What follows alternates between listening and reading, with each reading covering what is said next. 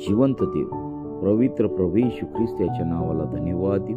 कलसेकरास पत्र याचा 2रा अध्याय आणि याच्या 1ल्या वचनापासून मी आपल्यासाठी वाचतो. कारण तुम्हासाठी, लाउदिकिया येथील लोकांसाठी व ज्या इतरांनी माझे तोंड प्रत्यक्ष पाहिले नाही त्या सर्वांसाठी मी केवढे परिश्रम घेत आहे हे तुम्हाला माहीत व्हावे अशी माझी इच्छा आहे.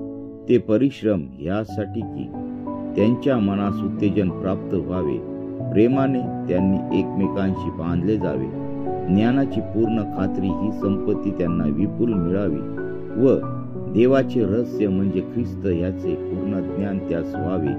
त्या ख्रिस्तामध्ये ज्ञानाचे व बुद्धीचे सर्व निधी गुप्त आहेत. ख्रिस्ताची संयुक्त होणे, लाघवी भाषणाने कुणी तुम्हास भुलू नये म्हणून हे सांगतो.